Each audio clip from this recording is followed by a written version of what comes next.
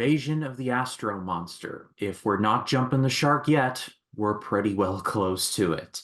This marks a turning point in the Godzilla series, and in the Showa period to be specific. Among many other things, this was the first of these movies to be co-produced, not only by Toho, but an American producer named Henry Saperstein, who in the 60s had a big hand in producing a lot of monster movies, including working with Hammer Studios in the UK, as well as Toho in Japan. He was responsible for casting Nick Adams in not only this movie, but another Toho joint called Frankenstein vs. Baragon. He also had a heavy hand in bringing a lot of big-time TV shows to American audiences. Shows like, for example, The Untouchables, along with a lot of cowboy shows, including The Lone Ranger, and working with heavy hitters of entertainment like The Three Stooges. So Henry Saperstein did a lot with a lot of big-name actors in that particular era. Why do I bring all of this up? Well, starting at this point, the Godzilla movies start to get really silly. Now, we were touching on this, like, say, in Ghidorah the Three-Headed Monster, but any pretense of silliness under the surface is now ripped away, and we're full-blown, like, aliens invading the Earth. They've mind-controlled Ghidorah, and now Godzilla and Rodan have to basically fight him off again. This movie is probably most infamous for a scene you've probably seen but had no real context for. Well, it's in this movie. I'm just going to play it.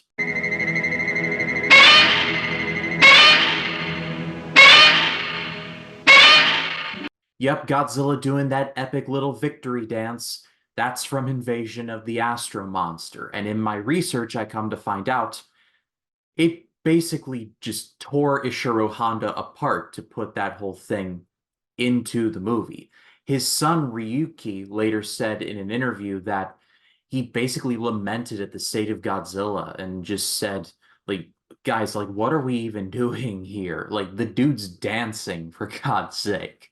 Like, Ishiro Honda just didn't want to put this into his movie. But because we had this big fancy new American producer, it was basically insisted upon. And so, gotta pay the bills, so the dance was put in.